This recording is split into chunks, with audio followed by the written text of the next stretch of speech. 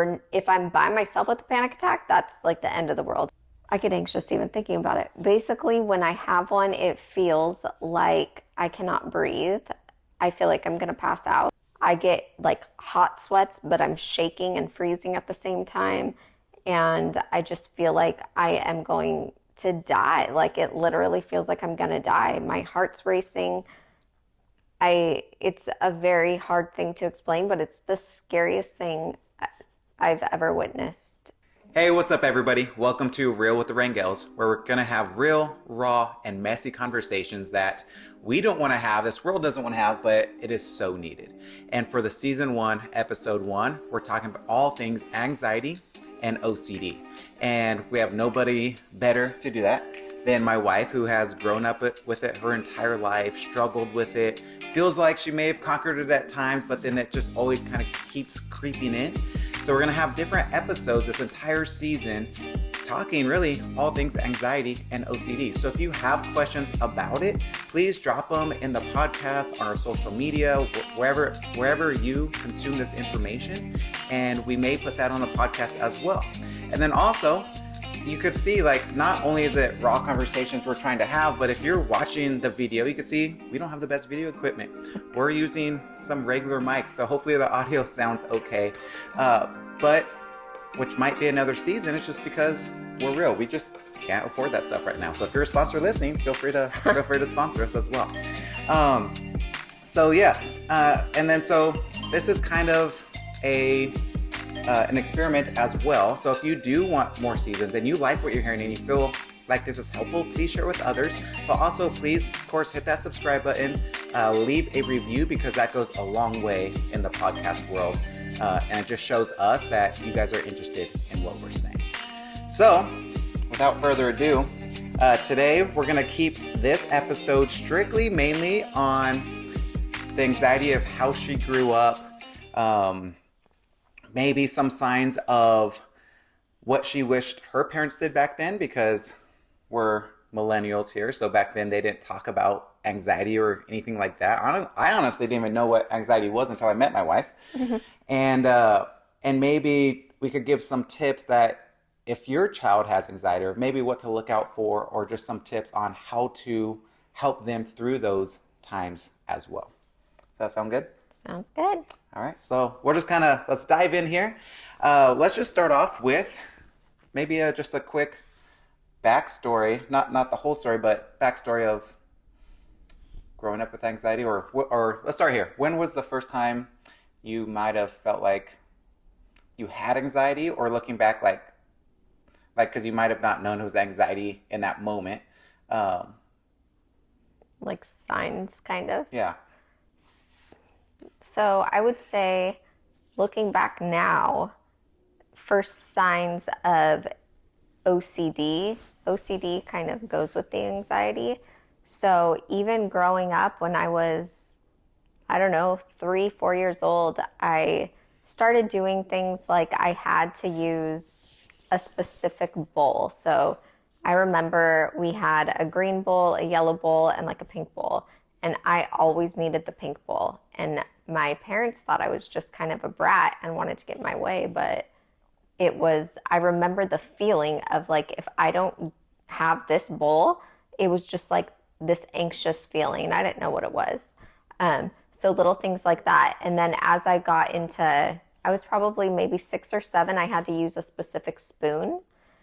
And I think my mom started to realize it wasn't like a bratty thing. It was like, oh, this is interesting. She has to use that spoon. So I wouldn't eat unless I used that spoon. So I remember going to my friend's house in elementary school was hard because it was so tough to use their utensils. It like grossed me out, and I needed my spoon, which I couldn't bring with me all the time. So little things like that. And then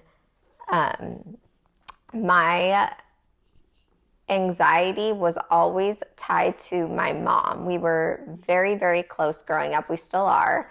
And I constantly thought something was going to happen to my mom.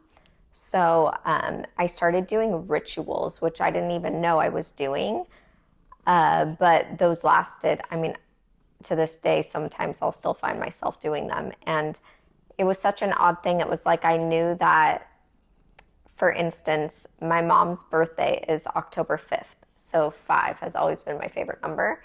So sometimes I would have to take 5 steps, towards something. Everything was number 5. And if it wasn't like that, I would think something bad was going to happen to my mom, even though I knew that wasn't reality. That's what it felt like to me. Yeah, so I know you mentioned like you had to have a specific goal, had to have your fork. Your parents thought you were just being a brat, but you're like you felt this anxiousness on the inside. What were you expressing on the outside that made them think you were? Oh, temper tantrums. Like I would just start crying and be hysterical, and they would just be like, this is like the devil child. But that's how I knew how, like, I felt like no one understood. Like it was Mm-hmm. this feeling like, I need it so bad, I'm going to throw up if I don't get it, sort of thing. Did you understand kind of what was happening at the time, or were you No, just angry? I was just mad. I like needed it in my head.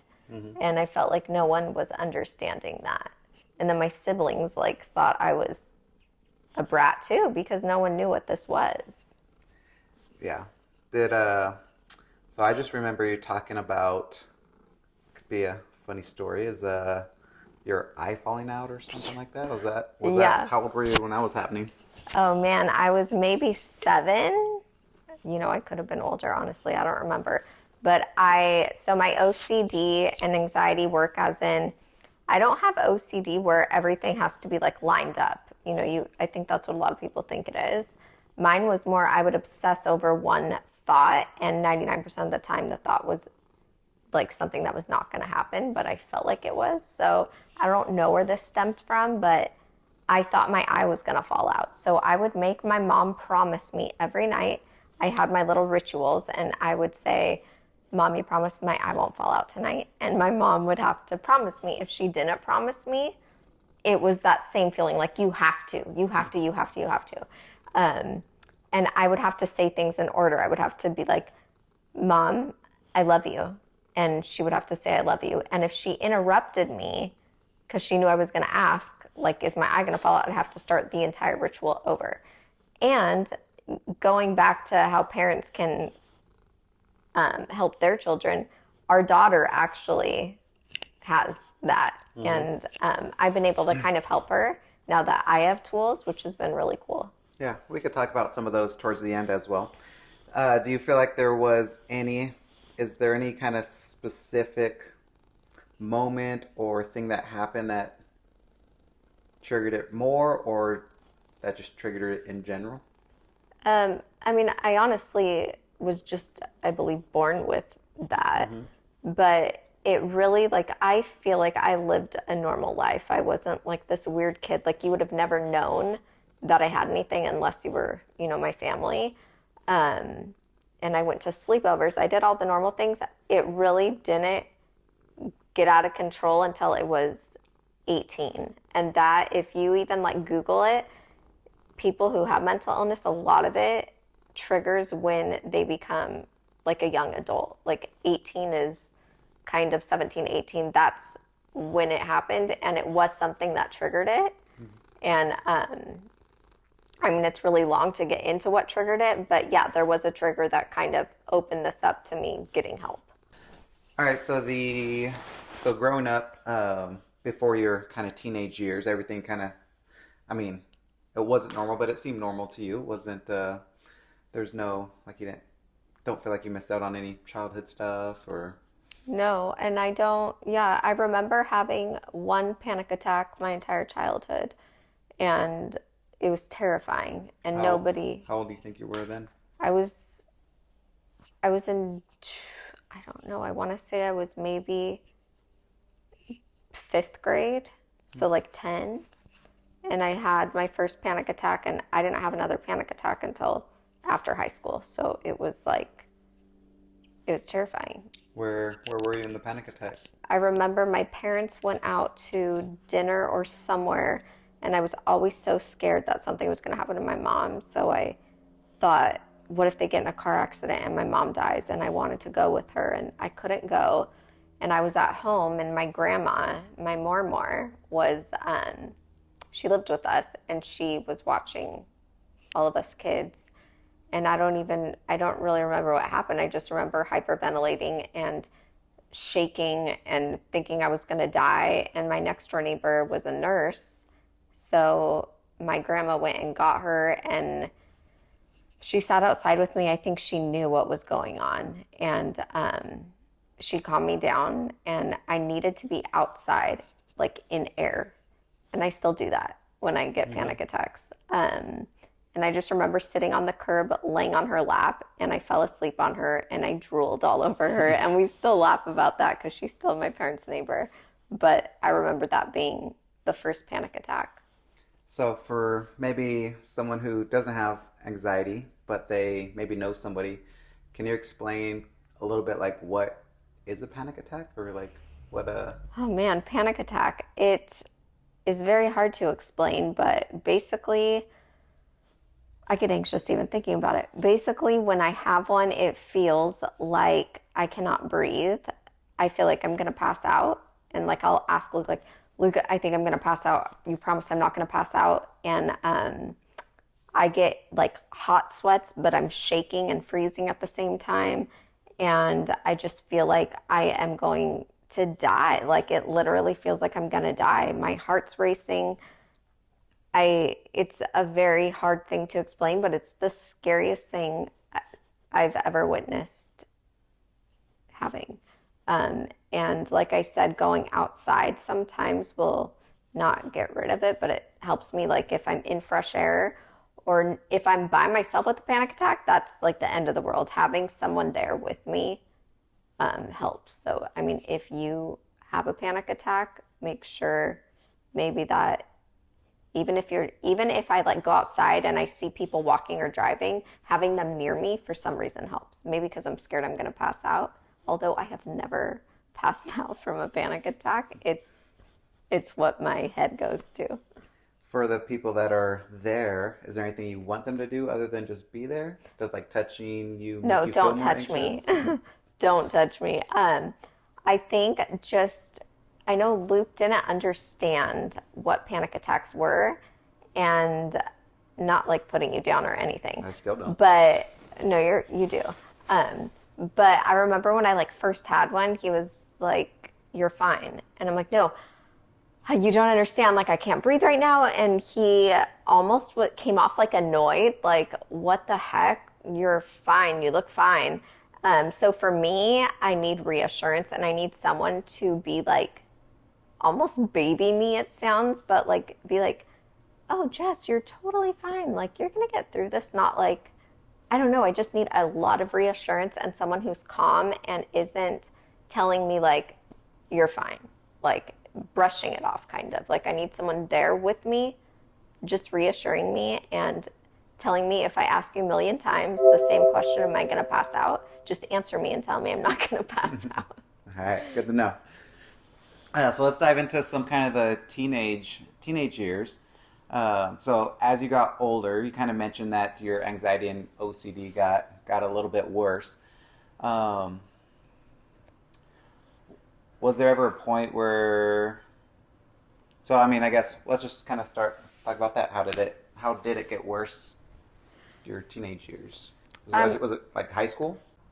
Hey guys, thanks for listening to this episode today. And if this has helped you or you think it could help someone that you know, subscribe to our channel and leave a review because that also helps the algorithm. And we really want to reach as many people as we can to help them because this topic is so strong on my heart. And I really just want to help everyone who suffers with this because I feel like people aren't raw and real about these things sometimes. And I'm here to tell you all the messy, crazy thoughts that I've had.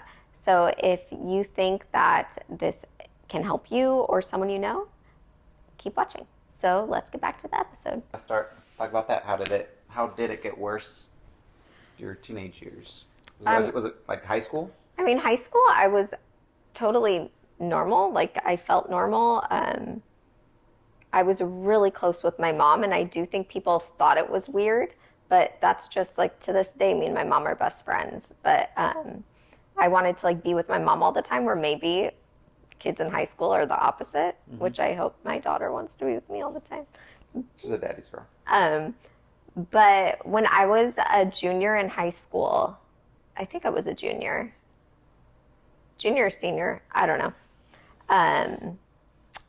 I had a history class, and this guy that worked at like the Pentagon came in, and it was when everyone, talked about like, even though it was years after 9/11, it's like when people were talking about bombing and stuff. And this guy talked about bombs and how like they go through the sky and there's a 50% chance that the military can knock them out, but if not, we'll blow up. And I don't know, something in that triggered me to think that a nuclear bomb was going to go off. And that was like when my OCD really came out. I kind of started like struggling with a few things. I had a boyfriend in high school, and everything again stemmed back to like my mom. So this sounds crazy, and I like normally wouldn't tell people this, but I guess I'm gonna be raw and tell you guys. But so my mom, this is gonna make no sense unless you have OCD. My mom slept on her left side of the bed. My dad slept on the right side of their bed. So I correlated my mom with the left of my body. Does that make sense a little bit? Do you understand? And my dad was like the right side. So everything on the left was my mom. Everything on the right was my dad. And I had a boyfriend at the time. And if he like went like this to my left side or did something, I made him do it twice on my right side, which sounds crazy, but in my head, it was like a ritual and made sense. And that came like senior year, maybe a little after I graduated high school, is when it really got worse. And he was kind of like, what the heck? But he was so sweet and did it. So then it started, this was after I graduated high school. Then it started being, I remember curling my hair one day, and I burnt my left hand, and I had to burn my right hand twice. And that's when it scared me. Like, okay, this is not okay. This is a problem.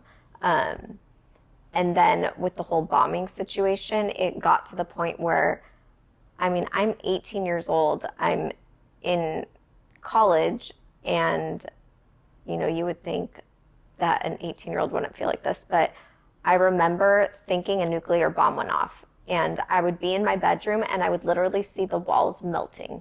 And I multiple times would run down to my parents' room and be crying and saying, a bomb went off, the radiation is melting the walls. Like, it was so real to me, and I freaked my parents out. I'd make them turn on the news to show me that a bomb did not go off.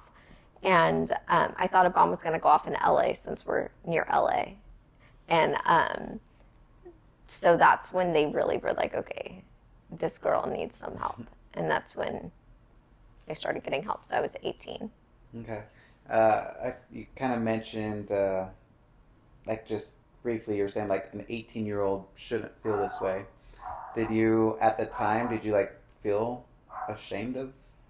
Yeah, because I just didn't understand why like my siblings were not like this, or I don't know. And I just remember wanting to be like carefree how I felt like I used to be. And I'm like, why is this happening? Why am I so scared and no one else is scared a nuclear bomb's going to go off? And I felt alone because no one understood. Did you feel like you tried to hide it at all at certain times? No, I had a best friend, and she was great and just like understood me. So I didn't really hide it. My boyfriend was really great at the time, so I never felt like I had to hide it from anyone. But like random people, yeah, because I'd sound psycho, but these people understood me. So you mentioned you got help. How did you get help? I remember, I believe my pediatrician at the time suggested, I was always at the doctor. I always thought something was wrong with me. I thought I had like breast cancer when I was like a kid. Like if you told me someone had something, I had it. I for sure had it. That hasn't And changed at all. no, that hasn't changed. And so the pediatrician suggested that I think it was like I don't know if it was a psychologist or psychiatrist or a therapist or whatever it was.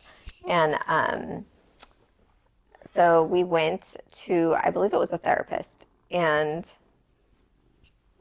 they kind of helped me with a few things. It did help a little bit, but then they said that they thought I needed some medication just to like be able to, get over, like take the edge off, live more normally. Because it got to the point where like in high school and everything, I drove and was normal, and then I like didn't want to drive at all. And I worked at Nordstrom at the time, which was maybe like a 15-minute drive from my house, and I had a panic attack one day driving home and had to pull over on the freeway, and my boyfriend and my parents had to come get me, and like, it wasn't normal. So they put me on medication, a psychiatrist who I actually still go to, and it was like a complete game changer and totally changed my life in the best way possible. And then So what the was it psychiatrist, psychologist? Was it psychiatrist. psychiatrist for the medications and things like that? Was that hard for you or anyone in your family to like want to start medications, or was it just like, oh, let's do it, or was it like, because I mean today people are hesitant of Yeah. everything. No, because it was getting so bad that like I don't know. I honestly don't know. I trusted my parents. I didn't think anything of it. I didn't think it was weird or anything. I just was like, okay, this is what I need. And I'm sure my parents did a ton of research. And I don't know. I know it was hard on my mom because she had never, dealt with this. And then finding the right medication was kind of hard. But yeah, I mean, I didn't think anything of it myself. Just in your opinion, we're not doctors or anything, or we can only recommend what worked for us. Do you feel like, I mean, of course, there's different levels of all kinds of anxiety or OCD. Um, like, do you feel like medication is like an absolute need, or is it, or do you feel like a lot of people can beat it? I don't know, it's like natural or. That's a hard question, but I think it's really just depends on the person. I had a therapist who was like, and not even just a therapist, just people in general at the church that I'd gone to, like, you need to pray about this and God's going to heal you. And it was, then I felt like, am I not good enough? Like, am I not a Christian? Like, all those thoughts came to me, like, why I'm praying, why isn't God healing me? And it's not that simple. Like, I think God gives us things in life or lets us get things in life for a greater purpose. And I've like seen a lot of good come out of all my things, which we'll share later.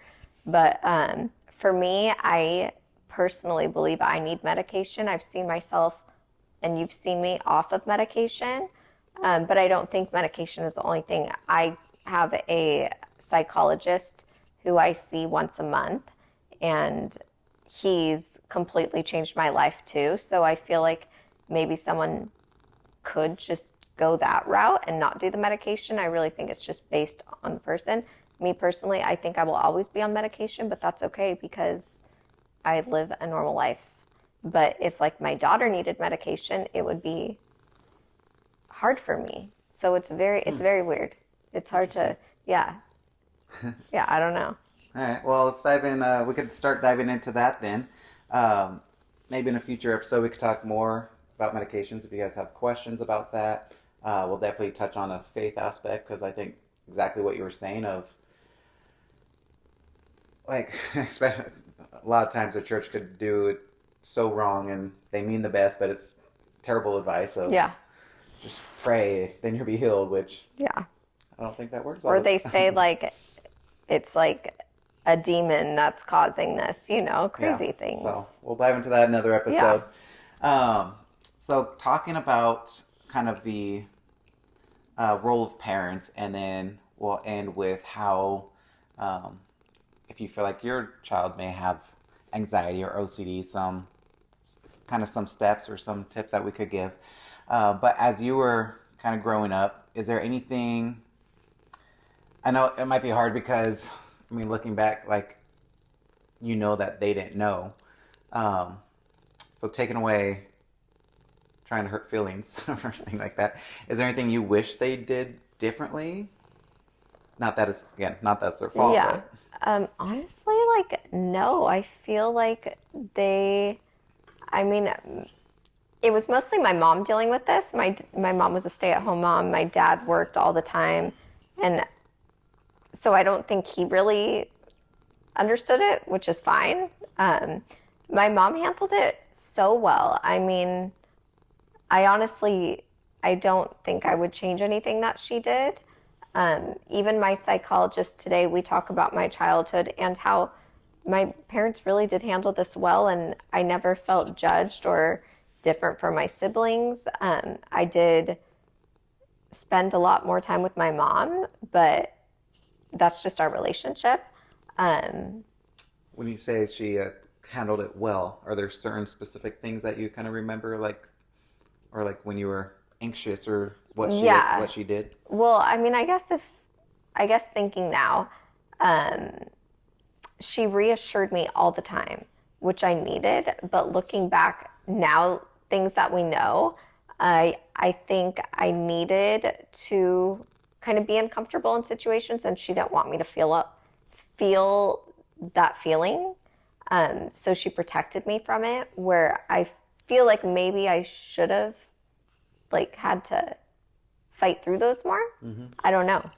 Um, but I feel like she understood me. My mom has always understood me, and I've always told you she's the number one person who's understood me.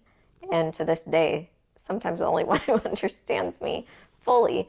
Um, no, I feel like she did the best that she could do, knowing, or I guess not knowing, because nobody talked about this stuff. I wouldn't have changed anything that she did, honestly. Cool. So now that you're a mom and we have an 8-year-old daughter now, I think kind of one of our worries uh, as she was growing up was wondering, like, is she gonna have anxiety? Is she have OCD? Is it my fault? Is it genetic? Like, what can I do the best to help her? But I think we kind of found out that as you got better and you learned your tools and tips on how to help yourself, even if she did have it, uh, we were blessed that you kind of went through it so you could kind of help her through it. Yeah. What things have you noticed with our own daughter with her anxiety and OCD, and what helped? So my psychologist has really helped me with her. She definitely has a lot of the tendencies that I have. For instance, she does little rituals where, like, every night she'll say, "Good night, I love you." And if Luke says, like, "I love you, good night," she's like, she wants me to say it last. I have to be the last one to say it. So she'll say, "I love you, good night." And I'll have to say, "I love you, good night." Um, so, and then she'll say, "Promise I won't have any scary dreams, just good dreams." I promise you won't have any scary dreams, just good dreams. My mom used to reassure me all the time. And I feel like back then we didn't know what to do. And so maybe one of the things that could have been different is not getting that reassurance, because now knowing certain things, like having gone through this, I feel like I need to help Tegan not have that reassurance and know that these thoughts are just thoughts. And so basically, I talked to my psychologist about this, and he told me to maybe when she says, "I love you, good night," to change the words around and say, "Good night, I love you," and see how she reacts to it. And it made her very uncomfortable, and I could see that. And so he told me to have a talk with her about, what OCD is. So I told her, that's just the OCD, Tegan. Those are lies. Like, what do you feel when you feel like I have to tell you, "I love you, good night," or promise I won't have any scary dreams, just good dreams. And I said, "What do you feel?" And she said, I don't know, I just, like, that's how I feel, Mom. And I said, Tegan, you know what's cool is I feel the same way. Like, I actually understand those feelings where growing up, my mom didn't know. And so I kind of felt crazy and alone. We're like, how cool is it that I actually 1000% understand? And so I told her, I said, anything that OCD tells you, all those thoughts are lies. So we don't want to give into those lies because we want to be stronger than the OCD. So let's fight together to, to not let it take control of us. Because I said, do you really think if I tell you, I promise you won't have any scary dreams, that you won't? And she's like, no, that's silly. And I'm like, see, those are just thoughts, but we feel like we have to do them. And so that's really helped, like just explaining that to her. And now she still will start to do sometimes at night, I love you, good night. And I'll say, I love you. And she'll be like, good night. I'll say, Tegan, that's the OCD. And then she'll be like, okay, Mom. So I think it's made a difference. But real quick, I want to tell them the funny story. I am terrified of fevers. Like, I always think that I have a fever, and I'll ask Luke to feel me. So a couple weeks ago, I went up to him and I was like, I think I have a fever, and he knows I don't. And I said, can you feel me? And he felt me. And no, Jess, you're fine. You don't have a fever. Babe, can you feel me one more time? And he felt me. No, you don't have a fever. And then I was still really anxious about it. So I'm like sitting on the couch, and then I said, okay, look, you just have to do it one more time. Like, make sure I don't have a fever. And Tegan said, Mom. And I was like, what? And she said, what did we talk about? You and Dad. And me and Luke are looking at each other like, what? And she's like, Mom. And she goes over to her homework and she writes something on it. And she points to me and she's like, this. And I walk over and she writes OCD. And she said, you said we were going to fight through the OCD. And it was so funny because I didn't even realize that I was having an OCD moment. Like, it's so just like natural to me. So I was like, you're right, Tegan. I shouldn't have asked Dad 3 times. I could have asked once and it could have been done. So she's helping me too, which is really kind of cool. No, that's awesome. So then from kind of what I hear is if they feel like their child is doing the same thing or has OCD or maybe experience some anxiety, maybe not giving into it or just finding different ways. I mean, I will not let Tegan like have a full blown hyperventilating meltdown panic attack from it. I'm not going to let her do that because that's not fair. These are actual feelings she's feeling. Mm-hmm. I think talking to your kid about it, and my psychologist even mentioned you could make a name for your OCD. So we've been saying, instead of that's OCD, Tegan will say that's my glitch, and like we think it's funny. So you can come up with the name for it. But I think explaining to them that these are just thoughts, and a good interpretation is there's a train that's going by and you're watching the train, and you can either get on the train and keep going with it, or you can let it pass by and that's it. And it's kind of like your thoughts. You can get on the train with those OCD thoughts and stay with that all day and go through the motions of it. Or you can think those thoughts and be uncomfortable for a second and be like, it's just my OCD. These thoughts are not, real. These are lies, and let it pass. And so coming up with things like that for your kids that they'll understand, I think helps a lot. No, that's great. I think we've just been extra blessed with our child is actually listens and does talks and doesn't really have too many meltdowns. Yeah. But would you say, would that, for kids that do have meltdowns, is like kind of the number one thing is like just kind of keep your patience, don't you get have mad to, at and them. it's hard. It's really hard. My nephew definitely has OCD and anxiety, and it's kind of cool because I can help him through it, and he has it where he has a full-blown panic attack over this tiny thing. And my sister, she doesn't have this, so she's like, what the heck? And I think it's probably, you might understand, it's probably really hard when you don't get it. Yeah. And so I've been able to be there in situations and talk him through it. And again, like I said, God uses everything for the good. it's kind of cool to see like I have this problem and I am able to help, the people that I love that have this too. Like that's a blessing to be able to do that. Yeah. And as a little kid to feel like she actually understands me. She's not just like, it's okay. Like she knows what I feel. If I would have had that as a child, that would have made a huge difference. Okay. No, that's awesome. I think let's go ahead. We'll end this episode with just kind of encouragement for parents and kids today. Just got 3 questions I'll ask you, and we'll see what you say. What do you wish that someone had told you when you were a child struggling with anxiety? I wish that someone would have been able to explain to me that these were just kind of thoughts. Like, I basically wish that someone would have been there that had gone through it and understood it.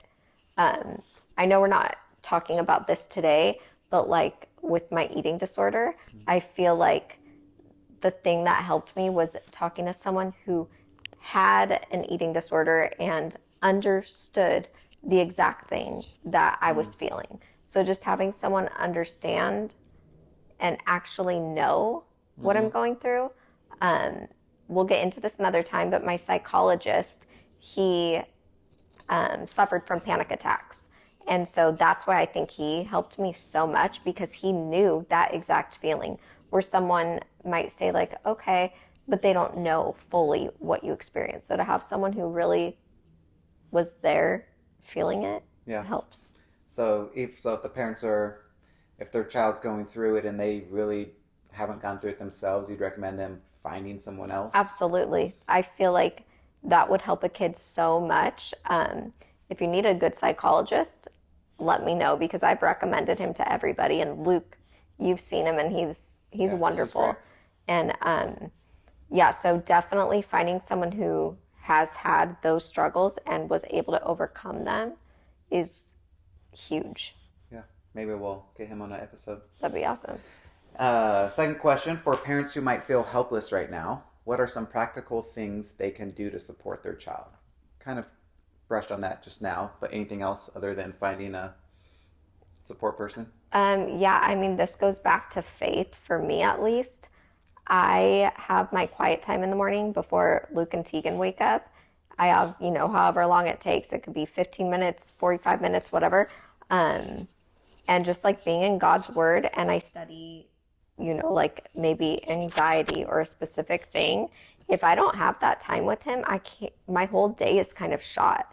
So worship music, relying on God, all those things go hand in hand with this, in my opinion, and as a parent, because I can't get through any of my struggles without him.